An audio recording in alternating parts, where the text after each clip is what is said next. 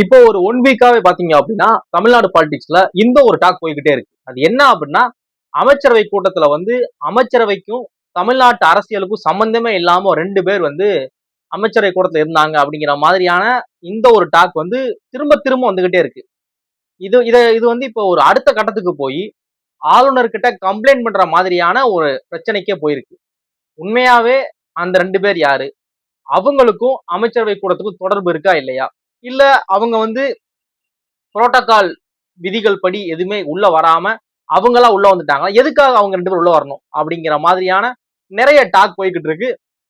எதிர்க்கட்சிகள் வந்து அடுத்தடுத்து இந்த மாதிரியான கேள்விகளை ஆளும் கட்சி கிட்ட வச்சுக்கிட்டே இருக்கிறாங்க. ஆளும் கட்சி தரப்புல இருந்து இப்போ வரைக்கும் எந்த ஒரு பதிலும் கிடைக்கல.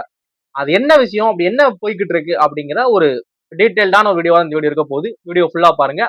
அது என்ன அப்படிங்கிறத ரொம்ப கிளியரா எக்ஸ்பிளைன் பண்றேன். ஓகேவா? வணக்கம். நான் ஆனந்த். நான் சொன்னோம்ல, அமைச்சரவை கூட்டத்துல இப்படி இருக்கு அப்படிங்கிற மாதிரி. ஃபர்ஸ்ட் அமைச்சரவை கூட்டம் வந்து ஏன் எதுக்காக இவ்வளவு ஒரு இது பண்றாங்க? அதுல 2 பேர் கலந்துக்கிட்டா என்ன தப்பு? அப்படிங்கிற ஆங்கில நீங்க யோசிச்சீங்க அப்படின்னா, அமைச்சரவை கூட்டம் வந்து ஒரு மாநிலத்தோட நிர்வாகம் சம்பந்தமான, நிதி சம்பந்தமான, அடுத்தடுத்து அரசு என்ன மாதிரியான முடிவுகள் எடுக்க போறாங்க அப்படிங்கிற மாதிரியான ரொம்ப ஒரு கான்பிடென்ஷியலான ஒரு மீட்டிங் தான் இந்த அமைச்சரவை மீட்டிங். இதுக்கு வந்து சாதாரண பொதுமக்கள் கலந்துக்கிறதுக்கு அனுமதியே கிடையாது. ஓகேவா? இது வந்து ரொம்ப கான்பிடென்ஷியலானது.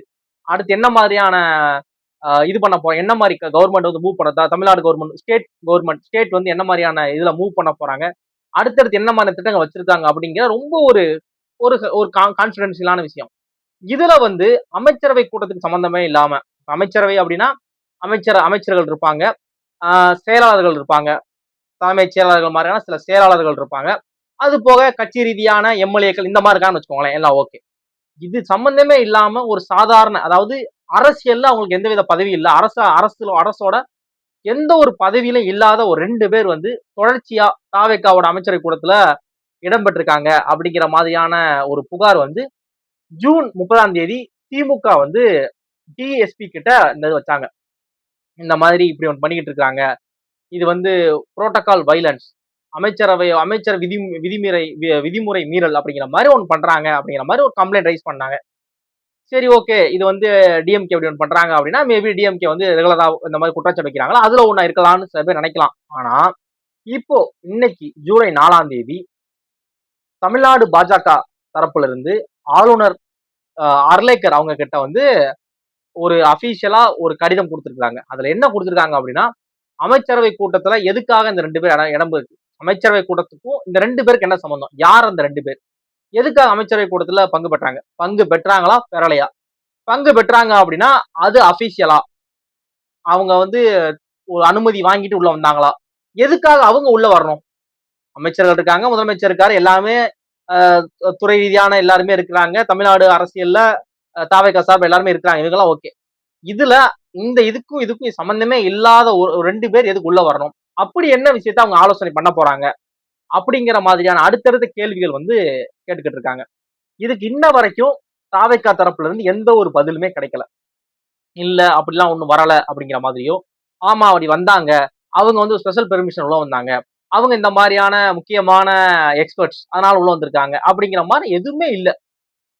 அது எதுக்கு இருக்காங்க அப்படிங்கிற மாதிரி தொடர்ச்சி அந்த கேள்வி வச்சுக்கிட்டே இருக்காங்க. இன்னைக்கு ஜூலை 4ஆம் தேதி கவர்னர் அவங்க கிட்டே போய் பாஜக வந்து இந்த இதை வச்சிருக்காங்க. ஓகேவா? இப்போ வந்து ஆளுநர் வந்து இதை வந்து கவர்மெண்ட் கிட்ட கண்டிப்பா கொஸ்டின் பண்ணுவாங்க.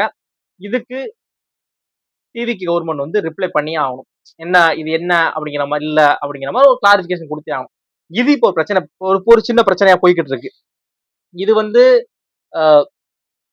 இது ஒரு பெரிய பிரச்சனையா, இதெல்லாம் என்ன இருக்கு அப்படிங்கிற மாதிரி யோசிச்சீங்க அப்படின்னா இது ரொம்ப ஒரு இது. ஏன்னா இப்போ வந்து அடுத்து தமிழ்நாடு கவர்மெண்ட் வந்து நிறைய பிரச்சனைகள் இருக்கு. ஏன்னா மேகதாது அணை இருக்கு, இந்த மாதிரி நிறைய முக்கியமான பிரச்சனைகள்லாம் போய்கிட்டு இருக்கு. இந்த டைம்ல அமைச்சரவையை கூட்டி சில விவாதங்கள் பண்றாங்க, இப்படி பண்ணலாமா அப்படி பண்ணலாமான்னு சில அட்வைஸ் கேட்கறாங்க. அடுத்தது எப்படி இந்த பிரச்சனையை ஹேண்டில் பண்ண போறோம், நான் நீட் தேர்வு பிரச்சனை, நீட் தேர்வுக்கு தமிழ்நாடுல இருந்து விலக்கு வேணும்னு சொல்லி நம்ம பல வருஷம் போராடிக்கிட்டு இருக்கோம். மேகதாது அணை வேற கட்டுறாங்க, காவிரி நீர் வேணுங்கிற மாதிரி பல போராட்டங்கள் வந்து தமிழ்நாட்டுக்கும் மத்திய அரசுக்கும் இடையான இந்த மாதிரி பல பிரச்சனைகள் போய்கிட்டு இருக்கு.